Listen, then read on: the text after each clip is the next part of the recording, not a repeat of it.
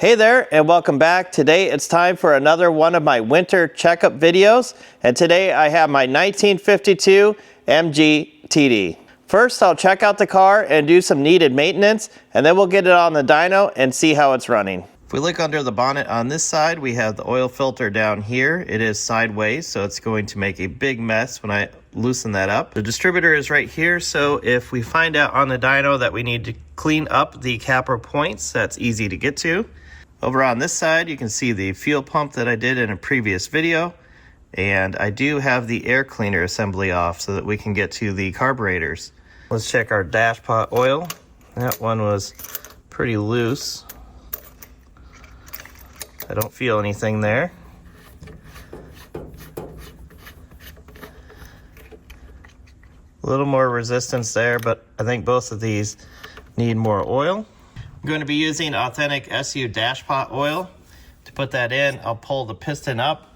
That way I can get this directly into the middle of that.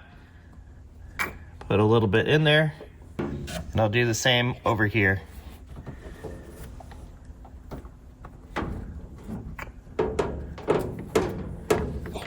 There you can see that resistance there now. That will keep the piston from bouncing around. Let's check and see if there's any antifreeze in here. The level looks good. These cars do not have a fuel gauge. Looks like the fuel is pretty low, so I'll fill this up and then we'll get it up on the lift. Now let's take a quick look underneath. Here's the drain plug for the oil pan. You can see some of the wood framing of the body underneath here. We got wood running along there. You can see the wooden floors. There are people that like to say that a Morgan has a wooden frame, but they actually have steel frames just like this, and the wooden frame consists of the frame for the body, just like on all early cars. Looks like my exhaust is holding up pretty well.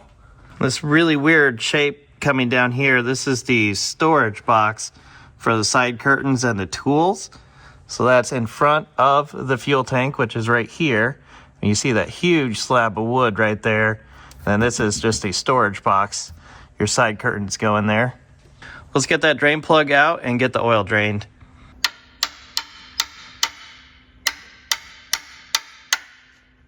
I'm going to push in on the plug while I'm unscrewing it. Try to make it leak the least amount until I'm ready for it. Okay, I think it's unscrewed, so I'm pushing in on it still. Then I'll just pull out and it doesn't get on me.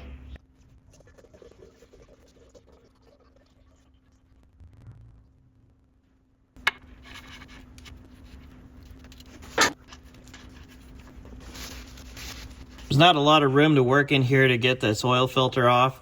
It does take a 7/16 Whitworth wrench. There's barely enough room to even get the wrench in there. So as you can see, this would definitely be a car that a modern spin-on oil filter adapter would be really useful on.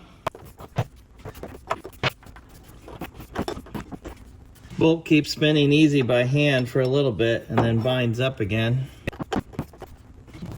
It is coming out, but I don't know why it's getting so hard to turn.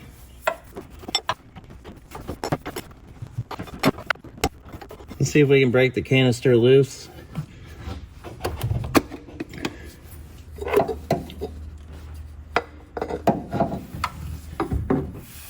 There we go. And you can see this is using the old felt type oil filter. Before I put the new one in, I need to see if I can get the old gasket out of there. So I need to use a pick to do that.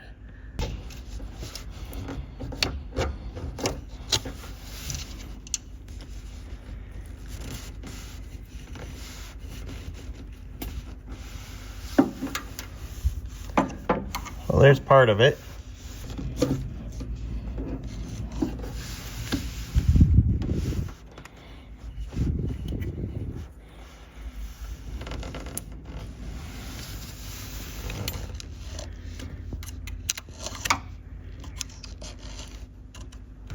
So So I'll be using a felt filter again. This is the part number that I'm using.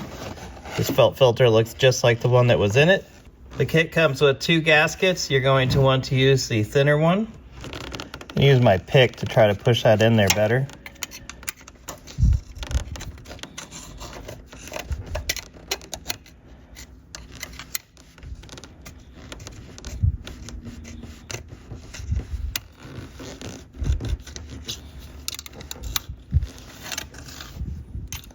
Now I can slip in the new filter and bolt it back on.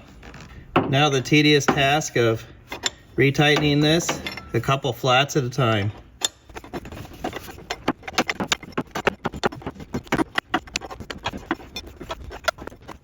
Now I'm going to put in 4 quarts of oil.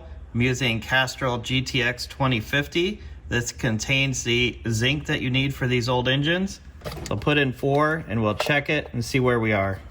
Now let's check the level. Looks like we could use another quart.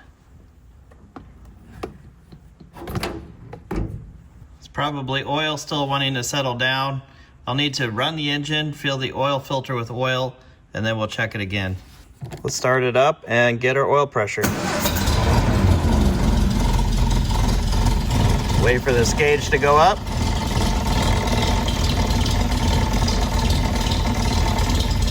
There it goes. I can rev it a little, get the oil circulated around. And I'll need to check the oil filter, see if it's leaking, and then top off the oil if I need to. Looking at the oil filter, I don't see any leaks there. Looks like I could still put another quart in, so I'm going to do that. Okay, I think I'm going to leave the oil there. Let's put it on the dyno. I have the car warming up and I am recording air-fuel ratios. I've never run this car on the dyno, so let's do it and check out the results.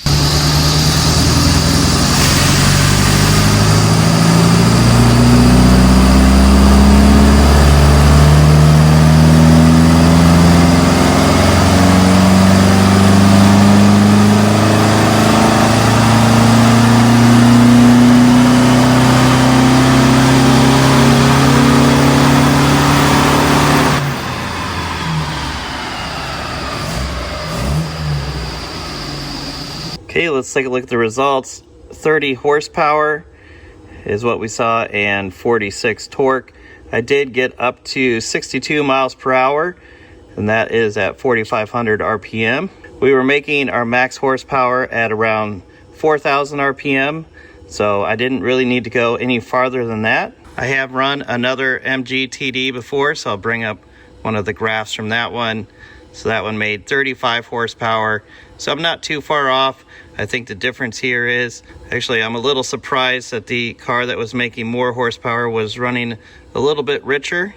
So I think I'm going to leave my car right where it is. The engine in my car may never have been rebuilt before, so I think 31 horsepower is pretty respectable. Now I have all the data stored, so if I make any changes to this car, we can compare it to that, or if next year I see a fall in the power that it's making, I know that there's something wrong that I need to investigate. If you want to see more videos like this, comment below and click subscribe.